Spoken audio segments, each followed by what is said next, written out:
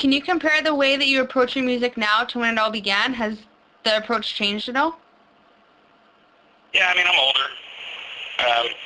I think my music is a little more mature. It's a little more relationship-oriented as well, which I don't think it was. Before, years ago, I would write songs about, the Chronicles of Narnia and,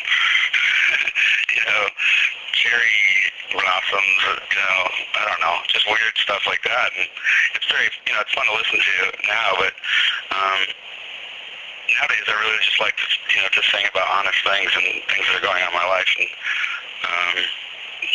it's more, I don't know, meaningful for me right now. Mm-hmm. That's definitely a change that's happened. Can you describe your attraction to music? Yeah, it's language. It's a form of communication. In fact, it's the oldest in history. It's, as long as mothers have been singing lullabies to their children, there's been music, So it's the most powerful form of emotional communication. That is my attraction to it. And you get to do it with other people. And so it's a social thing as well. It's attached to your the deepest parts of your emotional brain and your emotional self.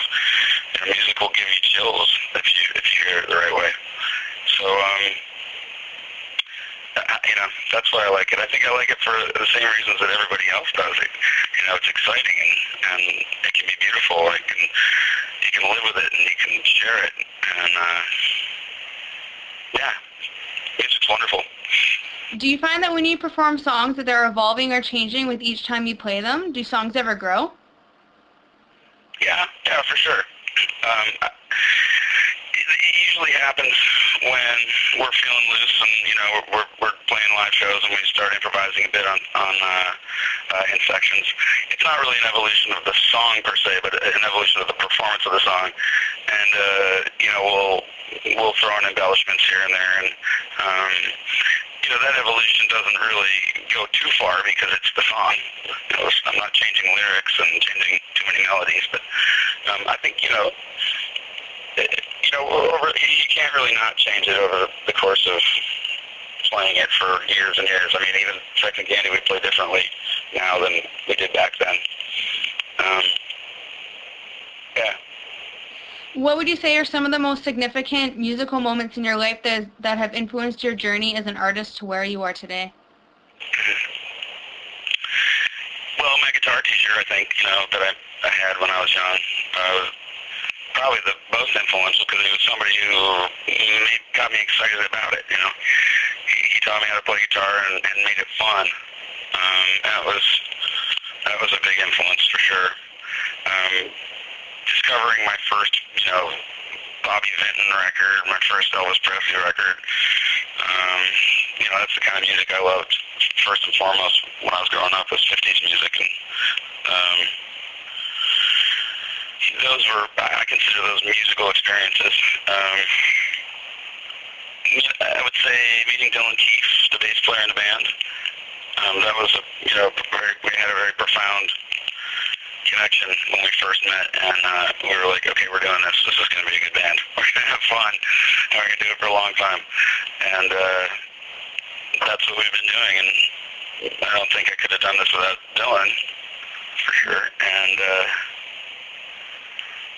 just, the people I've met along the way in my life, they've all been supportive, and the ones who weren't supportive, I learned something from them. And that is that I don't need anything to do with them. You know what I mean? Yeah. So if people don't get it, well, that's fine. That's up to them. It's not for them if they don't get it. If they do get it, then it's for them. So, life has been my musical influence. I mean, it's become, my experience has been my biggest musical influence for sure. Have any final comments or anything that you'd like to say to the readers of Popularity?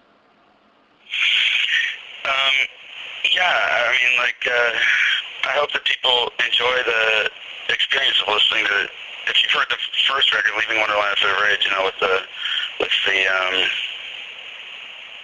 original version of it, then the remixes, I hope you enjoy it because it's a really amazing way to look at the world getting together, and people from Australia and Moscow and Canada and the U.S. and Europe getting together online and just doing this thing called music, and music's fun, and it's something everybody can get involved with.